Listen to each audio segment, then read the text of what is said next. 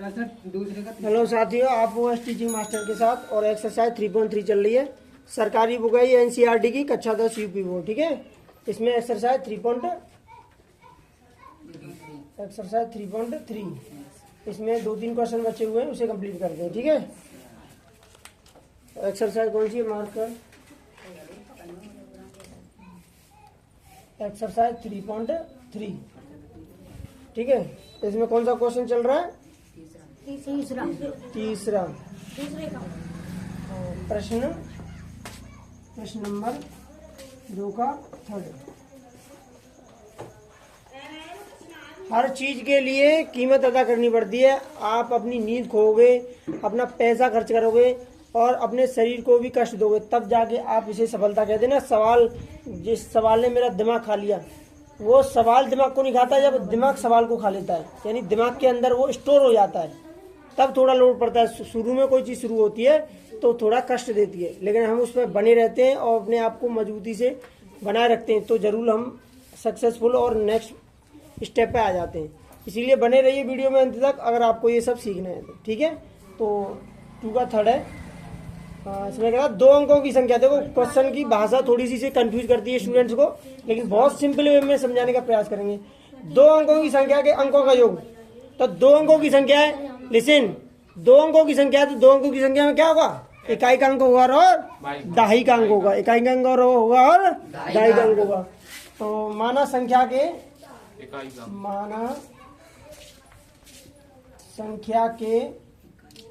इकाई का अंक बराबर x, दहाई का अंक बराबर y। इकाई का अंक बराबर x और दहाई का अंक बराबर y। तो संख्या क्या होगी? अतः संख्या बराबर अब देखो, पहले क्या आता है? इकाई, और फिर क्या आता है? दहाई। इकाई में गुणा करेंगे 1 का और दहाई में गुणा करेंगे 10। लेकिन 1 को ABCD यानी बीजगणितीय संख्या से पहले लिखते नहीं है। समझ आ गया? क्लियर है? इकाई में 1 से और दहाई में 10 से और सैकड़ा में 100 से। तो यहाँ पे संख्या जो है दहाई वाली चल रही है, इसीलिए इसमें 10 से और 1 को ABCD से पहले लिखते नहीं है, वो अपने आप में ही होता है। ठीक है, क्लियर है? Yes sir. तो आज संख्या हो गई है। अब देखो आगे क्या है, बोल रहा है ये प्रश्नानुसार यानी प्रश्न के अनुसार। प्रश्न के अनुसार देखिए क्या है कि 2 अंकों की संख्या के अंकों का योग 9 है। 2 अंकों की संख्या है और इनके 2 अंकों की संख्या के अंकों का योग 9 है। तो अंक x और y तो हैं, यानी अंकों का योग है x + y बराबर 9। अंकों का योग 9 हो गया। अब इसे विलोपन से ही कर लेंगे, प्रतिस्थापन से करना है तो फिर उसे पहले ही कर लीजिए। तो ये समीकरण नंबर हो गया फर्स्ट। क्लियर है? अब आगे देखिए क्या करता है कि इस संख्या का 9 गुना, संख्या के अंकों को पलटने से बनी संख्या। अब यहाँ पे लिख लीजिए संख्या के अंकों को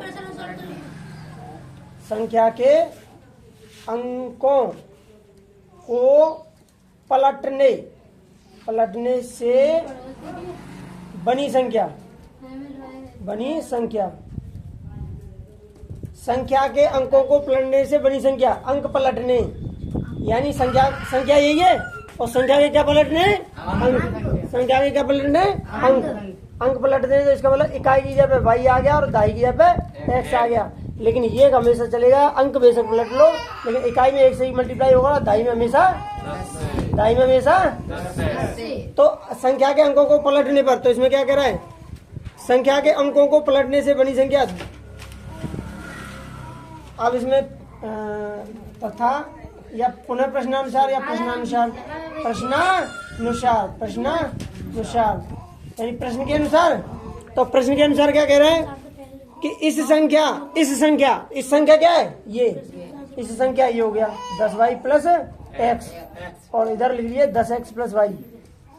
ये कह रहा है कि इस संख्या मतलब ये इस संख्या का 9 गुना, इस संख्या का 9 गुना, इस संख्या का 9 गुना, इस संख्या का 9 गुना इस संख्या का 9 गुना संख्या के अंकों को पलटने से बनी संख्या, संख्या के अंकों को पलटने से बनी संख्या यही है। संख्या के अंकों को पलटने से बनी संख्या का 2 गुना है। इसका कितना है?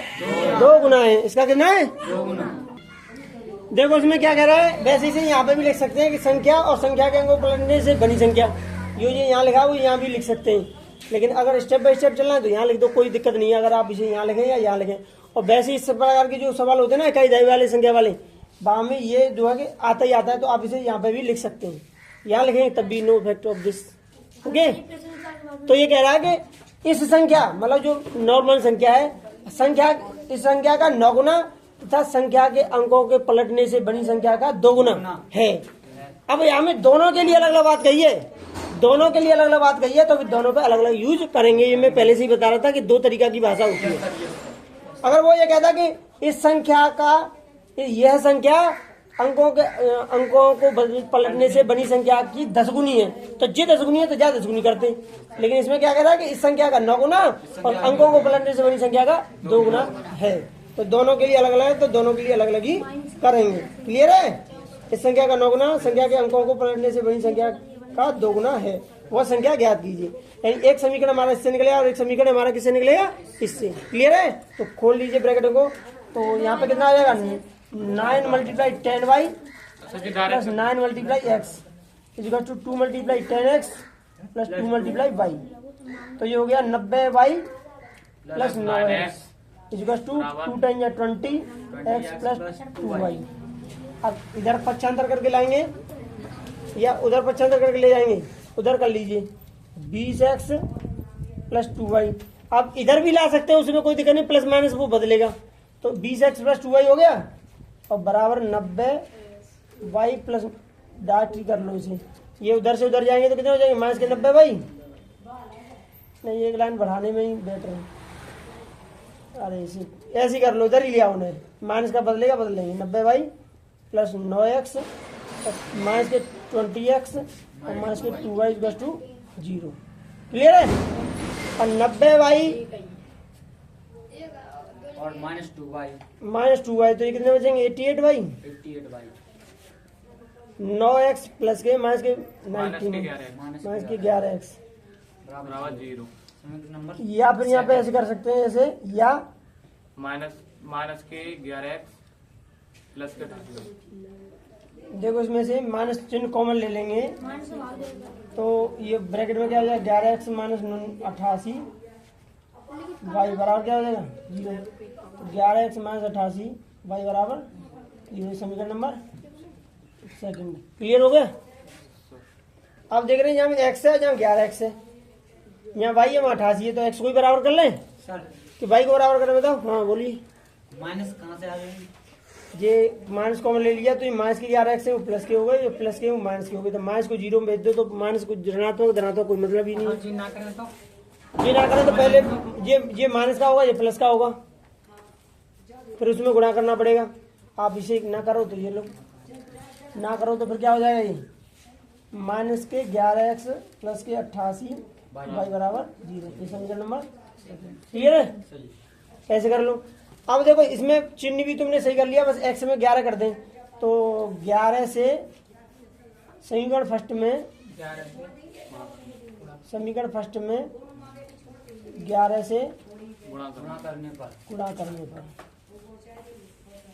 कर दिए 11 से गुणा, तो कितना हो गया? 11x plus 11y plus 11 11x plus 11 y बराबर 11 9 99। और दूसरा समीकरण लिख लीजिए माइनस माइनस के 11x प्लस के 88y बराबर 0। यहाँ पे लिख दो जोड़ने पर। ठीक है? तो ये 0 बचेगा। 8 और 1 9, 8 1 9, 99 y बराबर 99 y बराबर 99 तो y बराबर 0। y का मान समीकरण y का मान समीकरण फर्स्ट में रखने पर रख दिए फर्स्ट में, तो फर्स्ट यही है। तो x प्लस वाई बराबर 9, तो x प्लस 1 बराबर 9, तो x बराबर 9 माइनस 1, तो x बराबर 8। अतः संख्या बराबर 10y plus x 10y plus x. तो 10 की जगह 10 आएगी और y की जगह एक 1 प्लस 8 10 एकम 10 प्लस 8 बराबर 18। देखिए आंसर। ठीक है, इसे आप रिवाइज करके देख सकते हैं और लग रहा है कि स्लो चल रही है तो स्पीड में देख सकते हैं, और ये दिख नहीं रहा है तो इसे जूम बड़ा स्क्रॉल कर सकते हैं इसे। ओके, चलो अगला क्वेश्चन देखिए। देखो ये मैं पहले ही बता चुका हूँ, सरकारी बुक है एनसीईआरटी की, क्लास 10th यूपी बोर्ड। ठीक है, प्रश्न नंबर एक्सरसाइज 3.3 का प्रश्न नंबर 2 प्रश्न नंबर का चौथा पार्ट। 4th।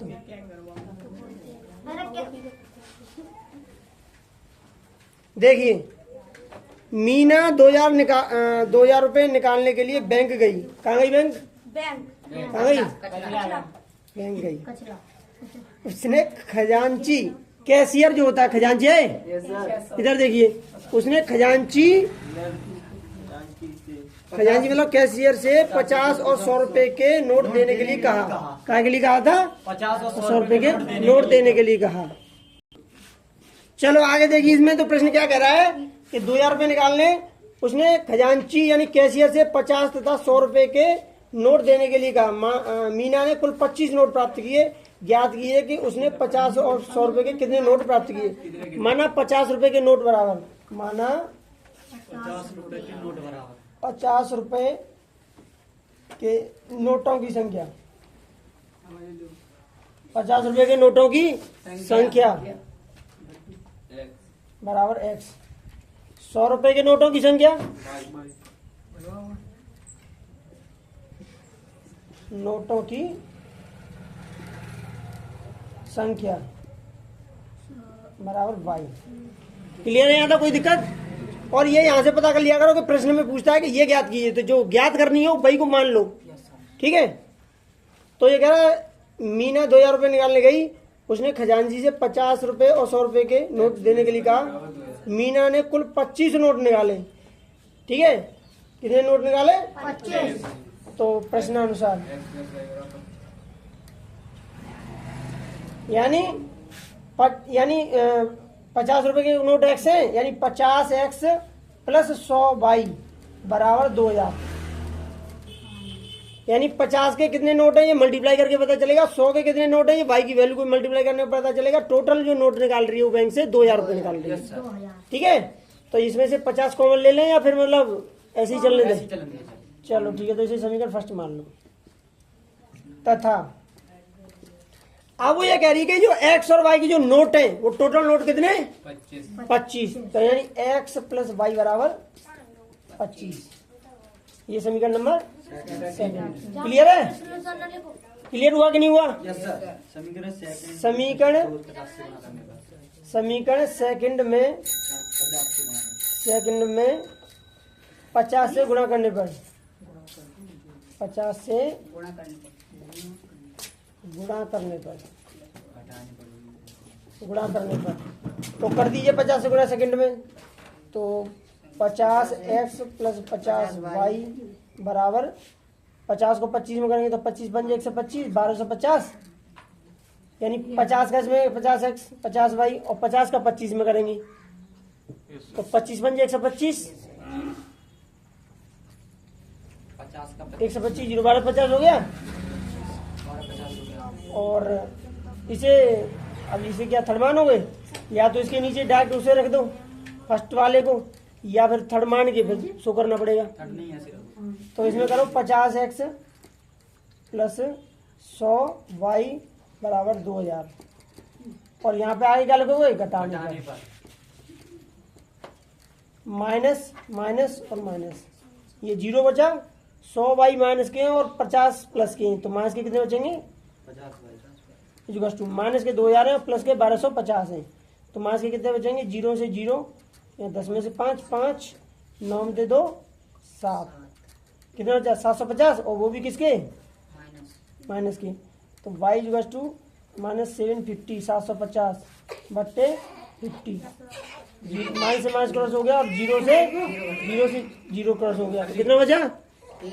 75 बट्टे 5, या y बराबर 75/5। सर जी सर देखो अब इसका y का डिवाइड देंगे इसमें, तो ये y इक्वल टू कितना आएगा, 5 1 5 और 5 5 25 यानी 15 आएगा। अब देखो आप यहाँ पे थोड़े से कंफ्यूज हो रहे हैं, लिसन, आप यहाँ थोड़े से कंफ्यूज हो रहे हैं कि थर्ड को डायरेक्ट लेके और फर्स्ट को लिख दिया है। आप जैसे कि इसे मतलब जैसे कि इसे दूसरे तरीके से करते हैं थोड़ा सा ना, ठीक है, उसमें x का पहले आ जाएगा, आएगा इतना ही उसमें भी, ठीक है।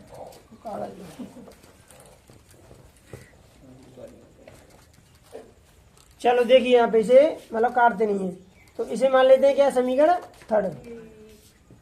अब यहाँ भाषा लिखी है समीकरण फर्स्ट से थर्ड घटाने पर घटा दीजिए।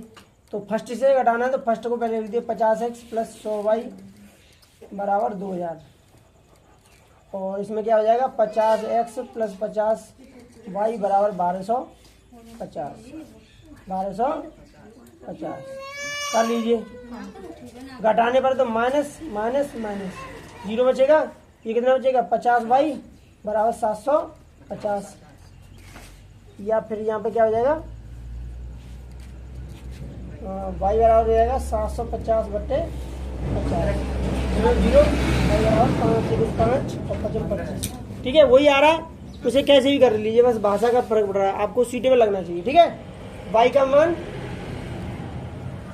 का मान समीकरण फर्स्ट में रखने पर, अगर आपको कंफ्यूज करता है तो सेकंड में भी रख सकते हैं, लेकिन मोस्टली आप फर्स्ट में ही करोगे बार बार, समीकरण फर्स्ट में रखने पर, लेकिन सेकंड में रखेंगे तब भी वैल्यू में कोई चेंजिंग नहीं आएगी, रखने पर रख दीजिए। तो समीकरण फर्स्ट, अच्छा सेकंड में, हाँ देखो इन्होंने कहा सेकंड में रखो, देखो यहाँ पर सेकंड में रखने पर आसानी हो रही है, ठीक है, लिसन, सेकंड में रखने पर आसानी हो रही है, फर्स्ट में रखने पर कैलकुलेशन बढ़ जाएगी, इसीलिए फिर यहाँ पे क्या कर दो सेकंड से आसानी रहेगी। तो x प्लस वाई बराबर कितना है 25, तो x प्लस वाई कितनी है 15 बराबर 25, तो x बराबर 25 प्लस के 15 उधर आगे माइनस के 15, तो x बराबर 10। अतः 50 रुपए के नोटों की संख्या बराबर x बराबर 10, और 100 रुपए के नोटों की संख्या 100 रुपए के लिसन के नोटों की संख्या बराबर y बराबर 15, तो 10 और 15 आ गया जी आपका आंसर। क्लियर है? चलो तो आगे चलते हैं। चलो देखिए ध्यान से, last question of this exercise 3.3, okay, question number 2 part of this 5। देखिए क्या कह रहा है, किराए पर पुस्तकें देने वाले किसी पुस्तकालय यानी लाइब्रेरी का प्रथम 3 दिनों का एक नियत किराया है। प्रथम 3 दिनों का एक नियत किराया, तो नियत दिन और अतिरिक्त दिन पूछ रहा है लास्ट में, तो माना नियत दिन का किराया, माना प्रथम 3 दिन का नियत किराया, 3 दिन का नियत किराया बराबर कितना दे रहा है भाई? अच्छा अभी नहीं दे रहा है, नियत किराया बराबर मान रहे हैं हम यहाँ पे एक्स, नियत फिक्स्ड, यानी 3 दिन तक अगर किताब कोई लेंगे तो उतना ही लगेगा वो चार्ज फिक्स, और 2 दिन अगर लेंगे तो 3 दिन को लगेगा, 1 दिन के लेंगे तो 3 दिन को लगेगा, लेकिन अगर लिया 4 दिन का तो 3 दिन को अलग लगेगा, चौथे को वो अलग जुड़ जाएगा, ठीक है। तो नियत दिन का किराया 100 रुपया, प्रत्येक अतिरिक्त दिन का तथा प्रत्येक दिन का अलग किराया, अतिरिक्त दिन का किराया, अतिरिक्त है लिशन, अतिरिक्त दिन का किराया, प्रत्येक अतिरिक्त दिन का किराया बराबर y। चाहो तो इसमें पीछे रुपया या रेट्स कर सकते हैं आप, क्लियर है? तो तथा प्रत्येक अतिरिक्त दिन का किराया। अब देखो क्या कह रहा है, प्रश्नानुसार चलाएं से, प्रश्नानुसार देखिए प्रश्न को, आप ध्यान से देखना, इसे भाषा को समझने की कोशिश करना। किराया है, उसके बाद प्रत्येक दिन का अलग किराया है। शर्ता ने 7 दिनों तक एक पुस्तक रखने के लिए 27 अदा किए। शर्ता ने 7 दिनों तक पुस्तक रखने के लिए 27 अदा किए। तो कितना रखी पुस्तक? 7 दिन का किराया बराबर 7 दिन का पुस्तक का किराया, पुस्तक का किराया बराबर 27 रुपया। लेकिन वो क्या कह रहा है कि 3 दिनों का फिक्स है, 3 दिन का फिक्स है, यानी 3x प्लस अतिरिक्त में y चलेगा। तो 7 में 3 दिन चलेगी तो कितना बचे? क्या सर? 7 में 3 4 भाई 4y बराबर 27। ठीक है, क्लियर है? अब आगे क्या करा देखिए, जबकि सूसी ने एक पुस्तक 5 दिनों तक रखने के लिए 21 अदा किए तथा कितने दिन तक रखी है सूसी ने? 5 दिन। शर्ता ने 7 दिन का पुस्तक का किराया, चलो यहाँ रख लो, तथा सूसी ने 5 दिन का पुस्तक का किराया, 21 अदा किए। इनका पुस्तक का किराया दिया बराबर 21 रुपया। ठीक है, तो 5 दिन कह रहा है तो 3 इसे कैसे लिखेंगे फिर? 5x plus 3x plus 2y बराबर 21। ये हुआ समीकरण नंबर 2y से कहाँ होता है? 5 है तो 3 तो फिक्स चलने 5 है तो 3 के तो कितने दिन बचेंगे? उसे y के साथ रखेंगे। क्लियर है? कोई कंफ्यूजन? चलो आगे चलते हैं। समीकरण फर्स्ट से समीकरण सेकंड, यस, समीकरण फर्स्ट से समीकरण सेकंड घटाने पर घटा दीजिए। 3x plus 4y equals to 27 और 3x प्लस 2y बराबर 21। तो माइनस माइनस माइनस ये 0 बचा, 4 में से 2 2 तो 2y बराबर 7 में से 1 6, या फिर y बराबर 6/2। तो क्या हो जाएगा यहाँ पे? y बराबर 3। अब यहाँ लिख देंगे y का मान समीकरण बराबर 1 में रखो, फर्स्ट में रखने पर कैलकुलेशन छोटी पड़ रही है तब सेकंड के लिए जाए, नहीं तो फर्स्ट में ही सही है, रखने पर रख दीजिए। तो 3x प्लस 4y बराबर कितना है? 27। तो 3x plus 4 into 3 equals to 27। ठीक है, तो ये कितना हो जाएगा यहाँ पे? 3x प्लस 12 3x प्लस 12 बराबर 27। तो 3x बराबर 27 माइनस 12, तो x इक्वल्स टू 12। 7 2 5 1 15, 3 का मल्टीप्लाई 5, तो x बराबर 5। अतः नियत किराया बराबर x बराबर 5 रुपया। अतिरिक्त किराया प्रत्येक अतिरिक्त दिन का किराया, प्रत्येक